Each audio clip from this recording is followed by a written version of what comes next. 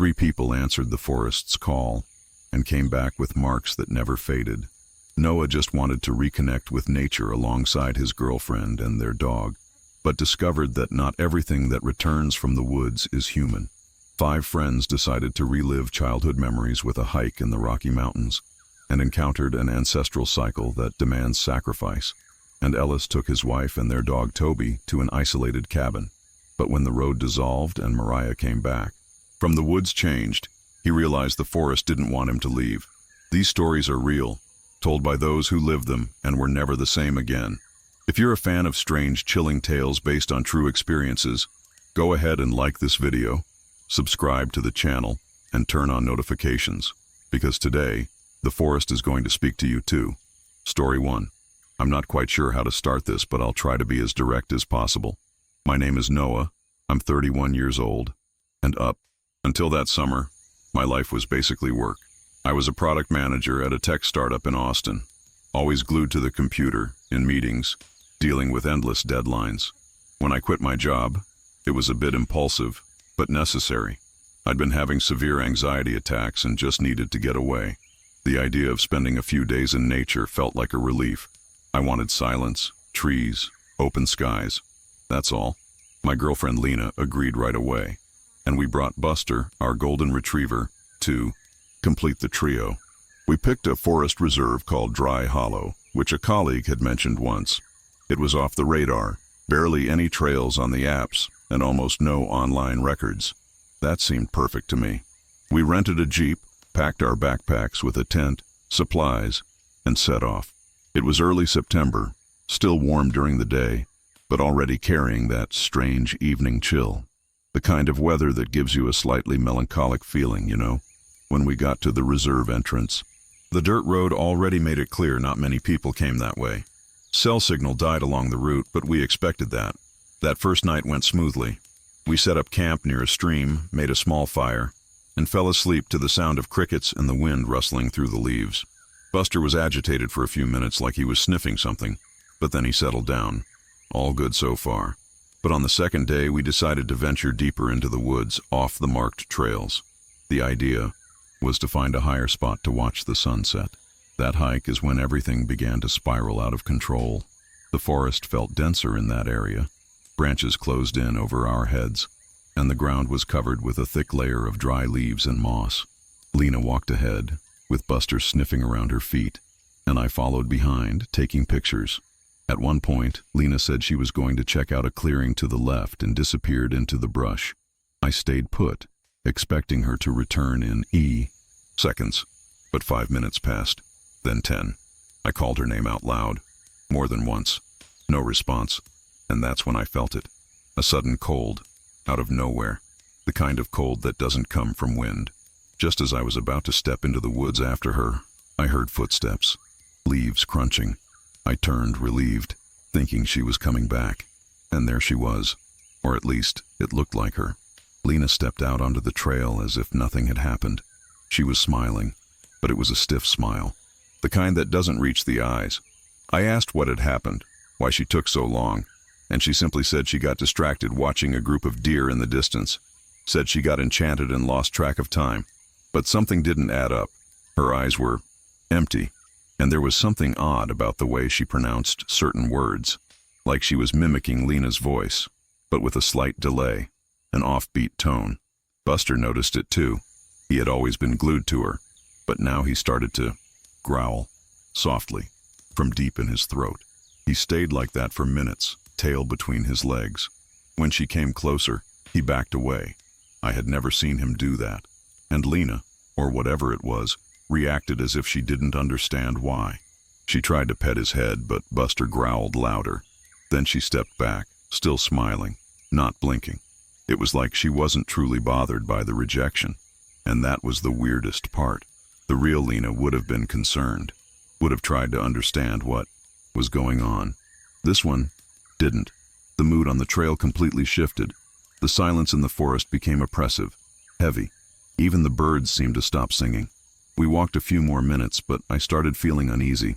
I said maybe we should head back to camp early. She agreed, but took a while to respond, like she had to think about each word before speaking. The walk back felt suffocating. I tried to make small talk, but she gave short, dry answers.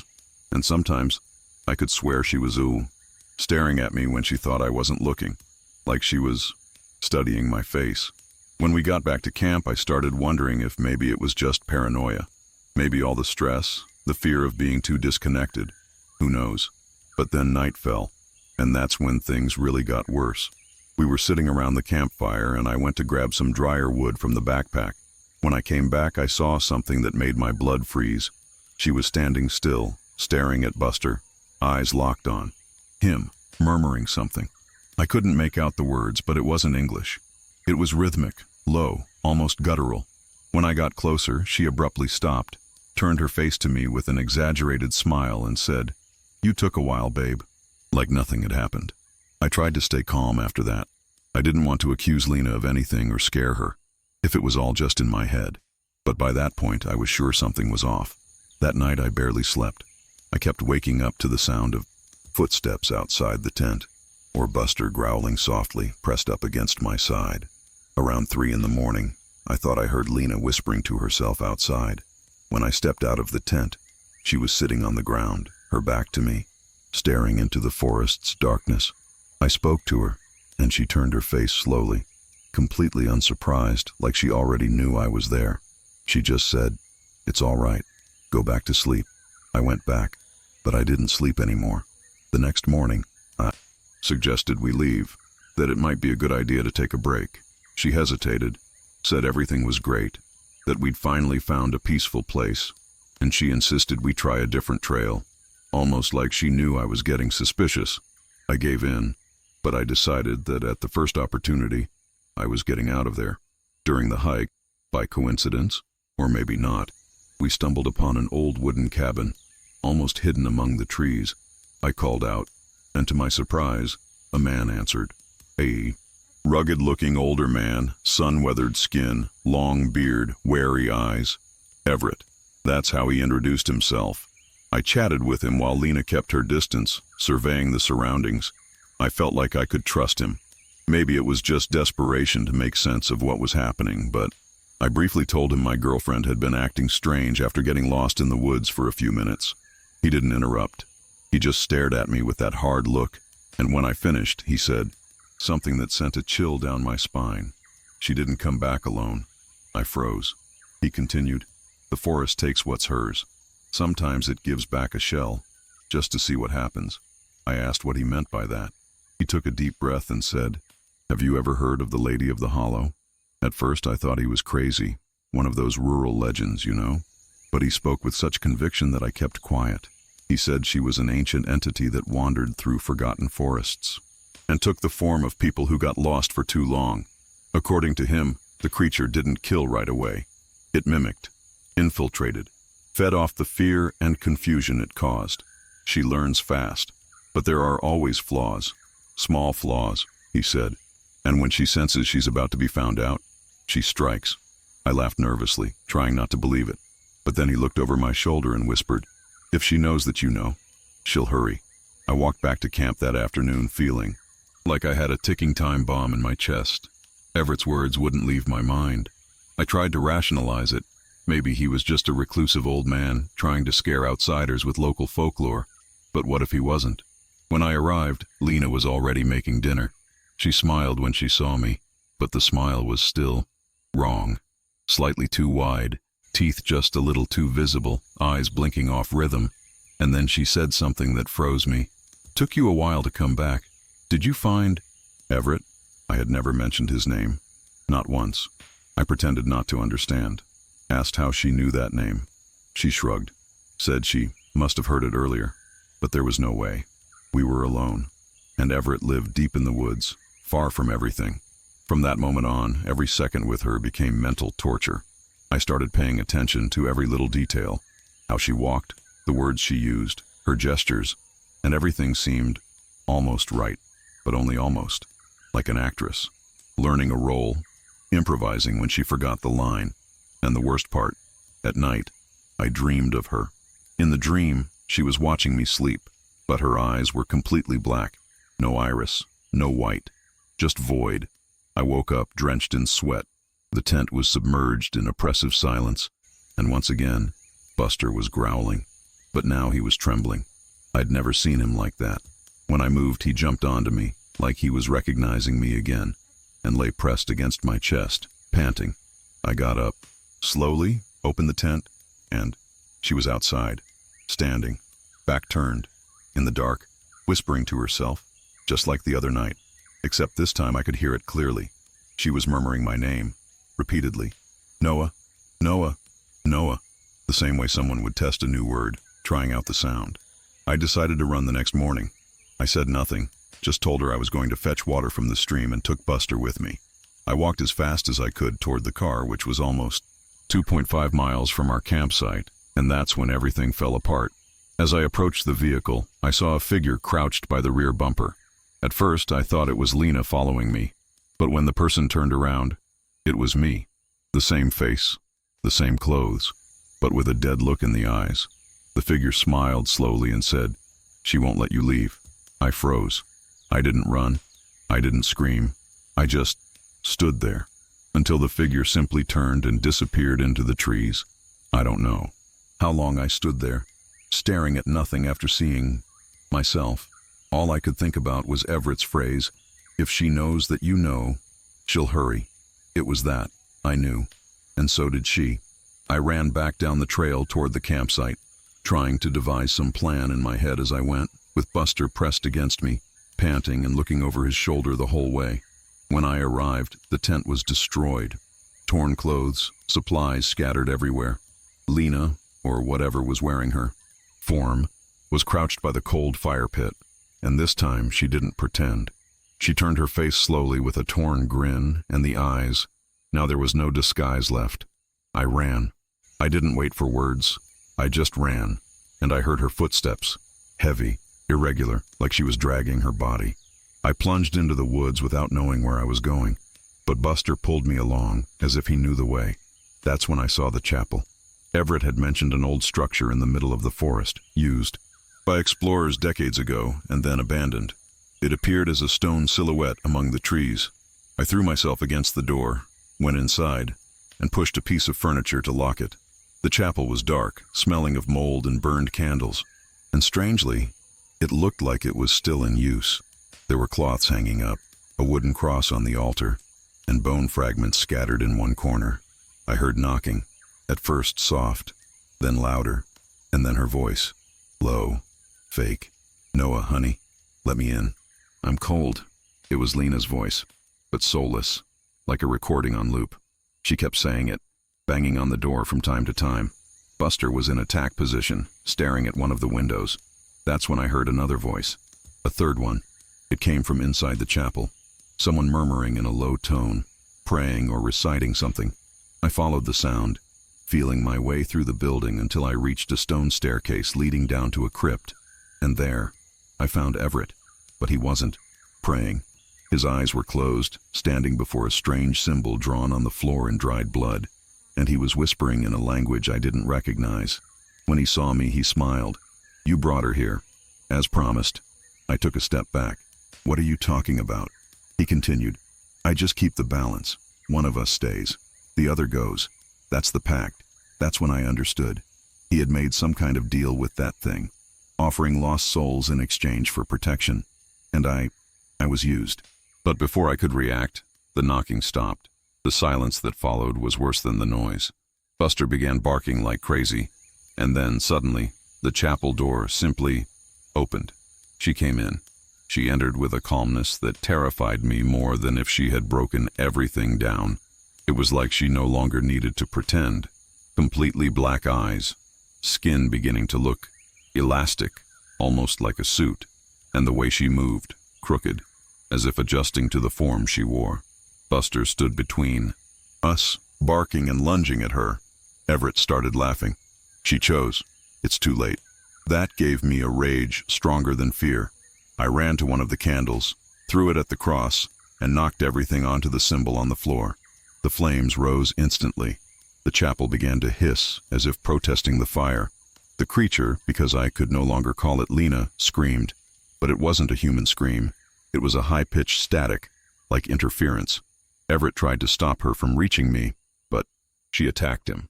In 1 second, the old man was on the ground, throat slit, eyes fixed on the ceiling as if he had seen something impossible. I used that moment to grab Buster and run toward the back of the chapel. There was a narrow, high window, but with a bench and a running start, I broke the glass and let Buster out first.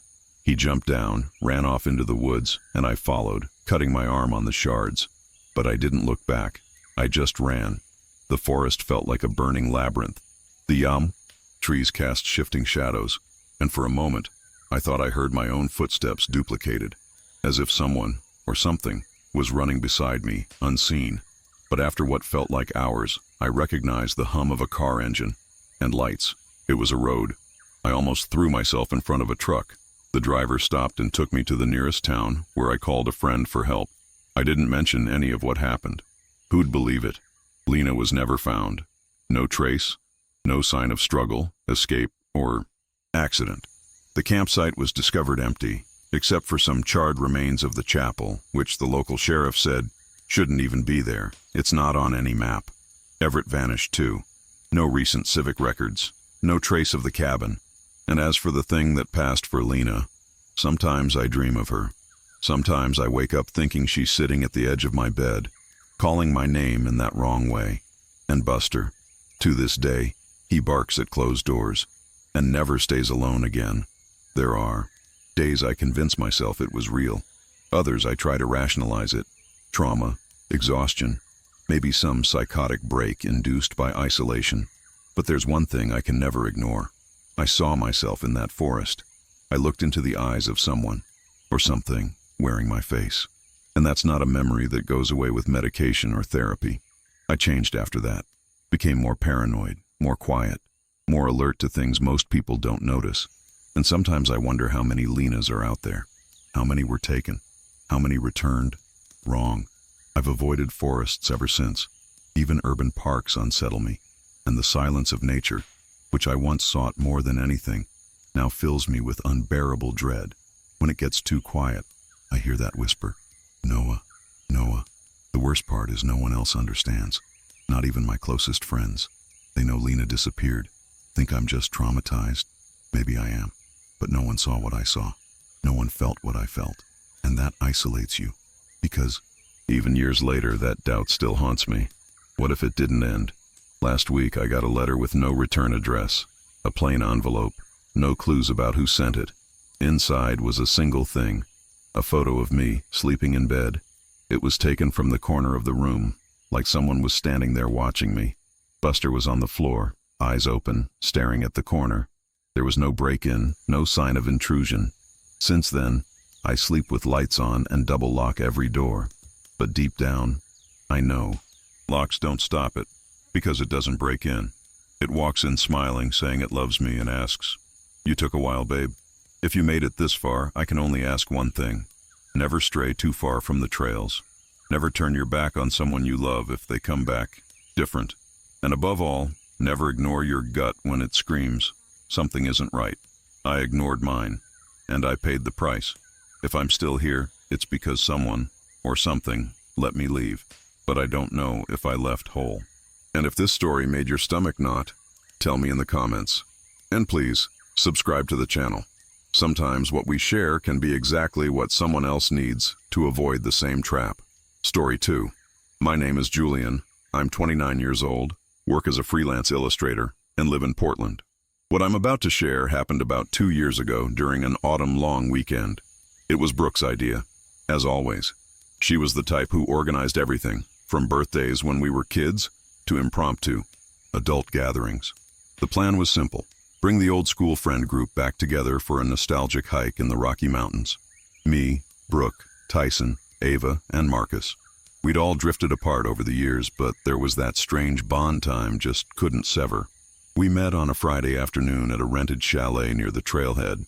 It was a beautiful spot overlooking the valley and had no cell service, which felt like a bonus to us. The air was crisp, the leaves were starting to change colors, and the sky was clear. That reunion movie vibe was strong. We spent the night laughing, reminiscing about teenage hijinks, drinking cheap wine, planning to explore as much as possible the next day. Brooke even brought an old notebook with our school photos. The idea was to replicate the old pictures, before and after style. None of us had any idea what awaited. The next morning, we set out on a little-known route Marcus found on an alternative hiking forum. He was the type who always wanted to avoid popular trails and uncover hidden gems. The path was beautiful, but felt heavy. The trees seemed to arch more than usual, and the wind sounded strange as it whistled through the branches, like short, hushed whispers. I chalked it up to paranoia or the exaggerated quiet after city living.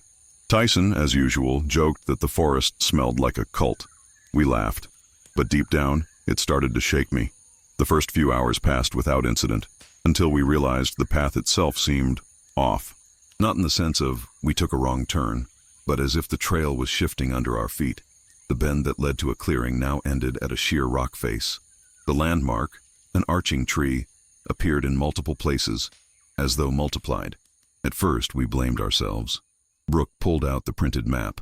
Yes, she'd brought a paper copy, and tried to orient us, but nothing matched.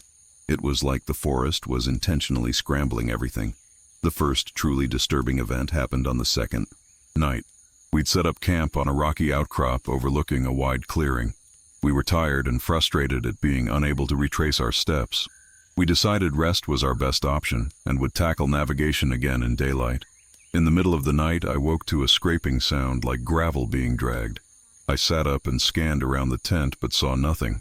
Assuming it was an animal, I lay back down, only to feel a burning pain on my rib. I touched the spot and discovered something etched there. Not a scratch. It was a symbol. 3 curved lines forming a broken spiral.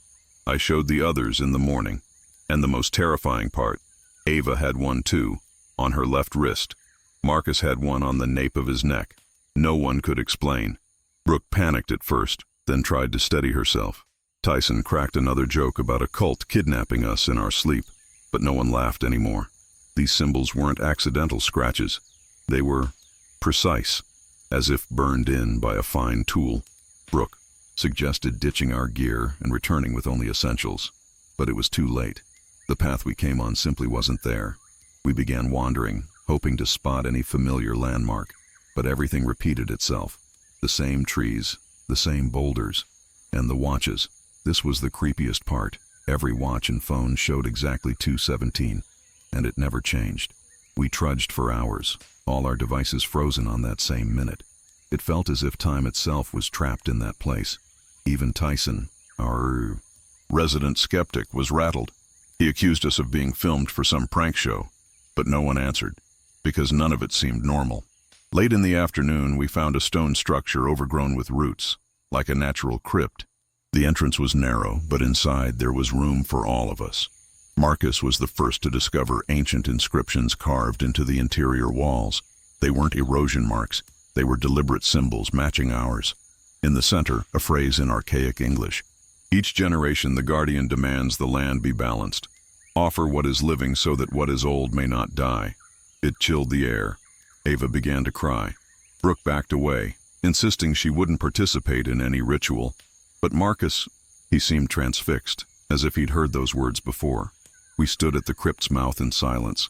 The sun was setting, but the sky refused to darken, instead trapped in an eternal amber glow, like a sunset that never ended. Marcus broke the hush first. He suggested it was a test, some spiritual trap, that if we performed the so-called ritual of rupture, we might escape. None of us understood what that meant. Brooke stared at him as though he'd lost his mind. But he persisted, saying that since seeing the symbols, he'd felt the forest speaking to him. Tyson lost it and shouted that this was madness, and that if any sacrifice was needed, it wouldn't be him. The tension rose in a way I'd never seen among us. Ava wailed for them to stop, but it was too late. Tyson shoved Marcus, who tumbled into the crypt, striking his shoulder on the stone. I moved to help him, but he pushed me away roughly. If you don't understand what's happening, Julian, it's because you're still trapped in illusion. That's when I realized. Marcus wasn't just scared. He was converted, believing wholeheartedly. Moments later, we heard footsteps outside the crypt. Heavy, many, but no one was there. Only shadows shifting, coming from every direction. Ava collapsed, sobbing that she saw her mother among the trees, but her mother had died in 2018. Brooke stood frozen, repeating she needed to get out, over and over, like a mantra. And then, the figure appeared. At first, I thought it was one of us, but when it stepped into the crypt's mouth, I saw it was Julian, me, an exact reflection standing in the entrance. Same clothes, same face, but the eyes, they were empty, expressionless. He, or it, tilted his head slowly and said, "The cycle must close." Chaos erupted. Tyson swung a branch, but it passed through the figure as though through solid smoke. The apparition vanished, but then the symbols on my arm began to burn. And not just mine, everyone screamed in unison, as though linked by the same pain. Marcus knelt, blood trickling from his mouth, repeating a phrase in another language. I tried to pull him out, but he gripped my arm and hissed in a weak whisper, "One must stay for the rest to leave." It echoed in the cave, not just his voice, but as though something deeper was speaking through him, declaring the cost of escape. Ava couldn't take it. She bolted into the forest, sobbing, tripping over roots. Tyson chased after her, but they both vanished among the trees. I wanted to follow, but Brooke grabbed me. She trembled, eyes wide. Said she had seen something in the other Julian's gaze. Said the forest held more than trees, a consciousness breathing between them. Everything we said, thought, or felt was used against us. I tried to argue, but I felt it too. The forest was watching, always watching. Then Marcus rose with effort and looked at us like someone resigned. He said he was the weak link, always feeling out of place, as if destined for a different fate than the rest. "Maybe I was chosen before any of us," he said calmly. He walked to the center of the crypt, knelt before the inscriptions, and pressed his forehead to the stone. For a moment the forest went still, not just in sound, but in presence. Everything hung, suspended. Then the ground trembled. A brief jolt, enough to dislodge small stones from the ceiling. The inscription on the floor glowed, as though rekindled by some ancient power. Brooke grabbed my hand, and we bolted out. Suddenly, the forest was different. The duplicate trees were gone. The path appeared, clear before us. Our watches, every single one, started ticking again. Brooke wept quietly. I only had one thought: Marcus and the others. We never saw Tyson or Ava again. Search parties. Combed the area for days. Dogs, drones, nothing. No backpacks, no tracks, just silence. The forest went back to sleep. We returned home, each carrying a guilt that couldn't be named. Today, 2 years later, I still wake up at 2:17 a.m. No matter where I am, even with the clock off, always at that minute. When I look in the mirror, sometimes I think I see something watching from behind my eyes. Something that stayed there. Something that knows I left, but not completely. I don't know what the false Earth Guardian was, but I know it's still out there, waiting for the next generation, waiting for the next offering, and I only hope I never hear my name whispered among the trees again, by a voice that isn't mine. Story 3. My name is Ellis. I'm 36 years old. I work in industrial systems maintenance, and I live near Spokane, Washington. This story happened last fall when my wife Mariah and I decided to spend a few days in an isolated cabin near the border of Colville National Forest. It was a place recommended by a coworker. Simple, no cell service, perfect to disconnect. Our dog, Toby, a 7-year-old border collie, came with us, of course. He had always been our hiking companion, and honestly, part of the decision to travel was to see him happy running through the woods. We left on a Thursday afternoon, trunk full of supplies, thermal clothing, and food for about 5 days. Mariah was driving while I monitored the GPS and took in the scenery. Roads in that area are confusing, and the signal started dropping halfway through. The dirt road leading to the cabin looked well marked on the offline map, so we drove on, until we saw a man standing by a moss-green pickup with a conservation emblem.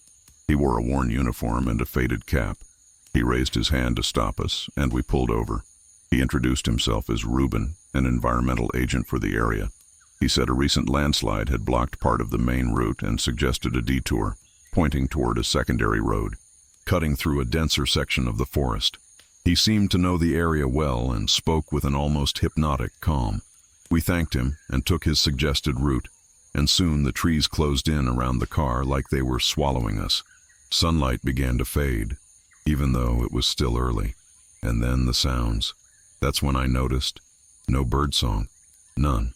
Only the engine and gravel under the tires. Toby crouched in the back seat, growling softly. a thing he never did. He stared ahead as if he knew. We were heading somewhere wrong. Mariah, who had been chatting about the cabin and the wine she packed, grew strangely quiet. The road felt like it was looping. Every time we tried to turn back, a curve would appear, pushing us forward. After nearly an hour in that silent spiral, we finally spotted the cabin. It was small, dark wood, a lonely chimney, porch carpeted in dry leaves. It didn't match the pictures, but Mariah said, "This is it, let's go in." The way she said it unsettled me, as if she'd been expecting it.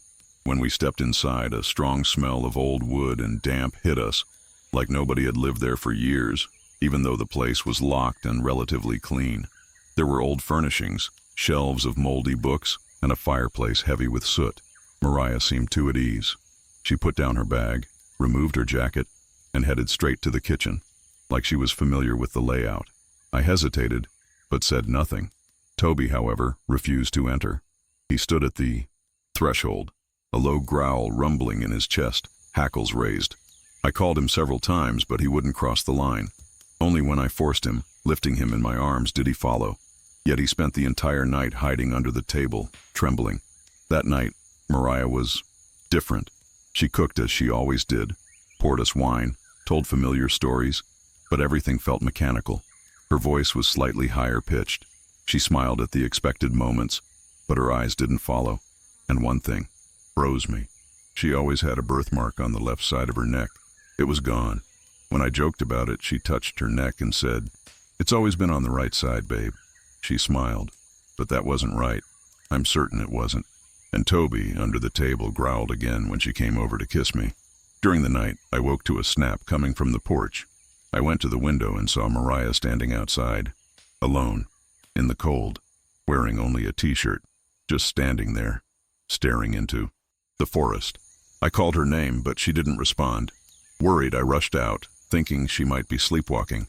When I reached her, she turned slowly, as if returning from somewhere else. "I'm fine. Just needed some air," she said. But her feet were clean, no mud, no leaves, as if she'd simply appeared there. When we went back inside, I noticed another odd detail.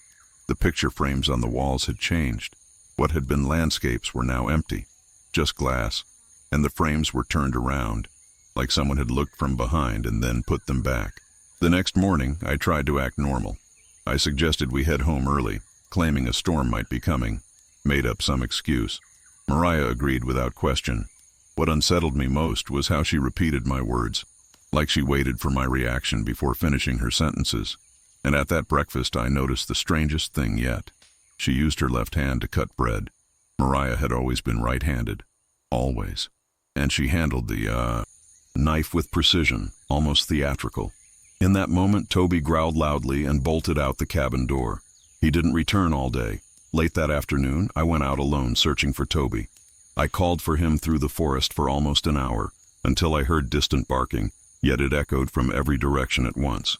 As I moved away from the cabin, I realized something even more disturbing. The trees were shifting places, literally. A thick, twisted-limbed tree I'd used as a reference point reappeared in front of me. 4 times. I began carving marks into the bark with my pocket knife, and within minutes I saw the same notch in 4 different directions. It was as if time and space in that forest were folding like wet paper.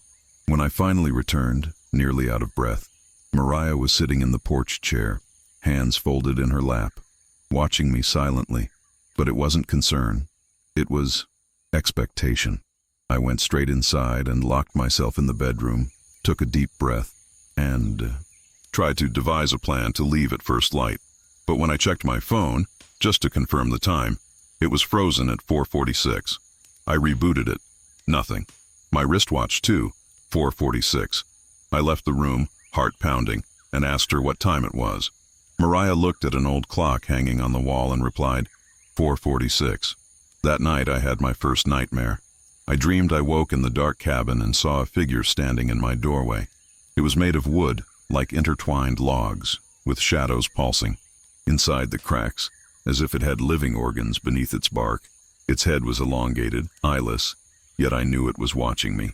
It didn't speak, just breathed slowly, a wet, rotten sound.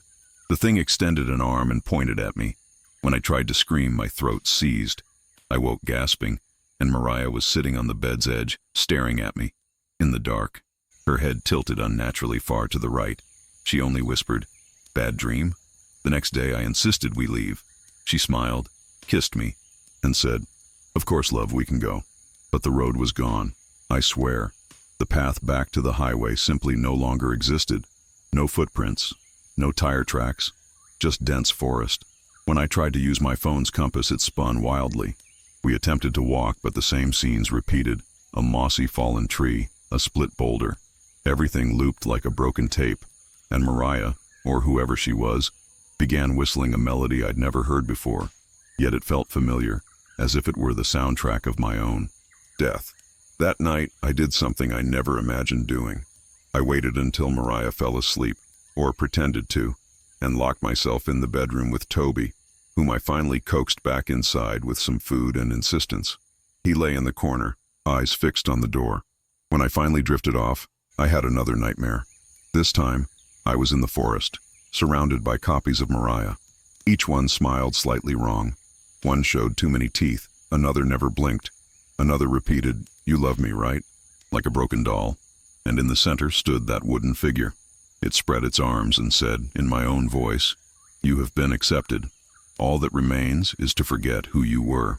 I woke to the sound of soft footsteps, like bare feet on the hallway floor. Toby growled. I peeked through the door crack and saw Mariah standing motionless, staring at the doorknob. She didn't knock or speak. She just waited. I held my breath for long minutes until the footsteps receded. The next morning, I prepared to leave alone. Mariah said she wanted to stay a bit longer, that there were things the forest still wanted to show. I said I would get help and come back.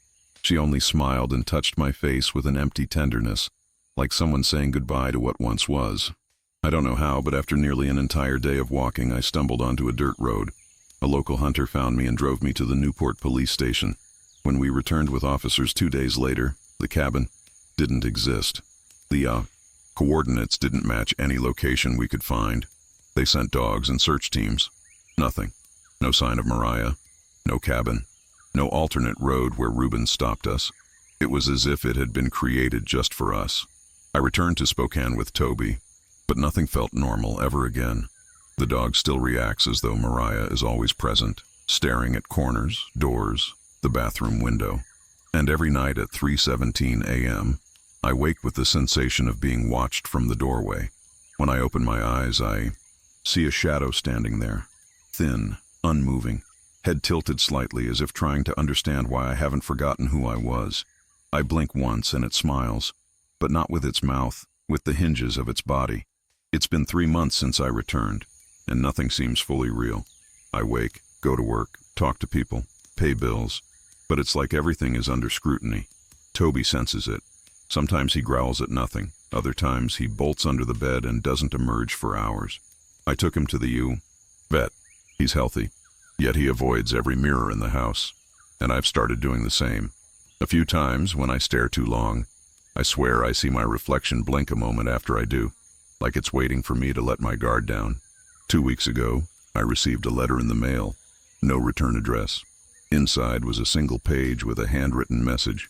"She still waits for you, but the time for replacement is almost complete."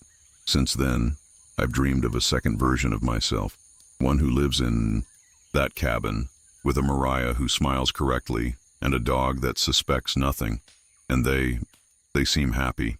Sometimes when I wake, I'm not sure if I'm me or the version left behind, and that uncertainty empties me from inside. I've thought about returning, searching deeper. Maybe the forest will lead me back, but something inside warns me that if I cross that line again, I won't return. Not as Ellis, at least. And even here, at home, every time I hear wood creaking at night, I remember that figure, made of bark, shadow, and silence. The one that watches me, that never sleeps, and that soon may finally cross the threshold.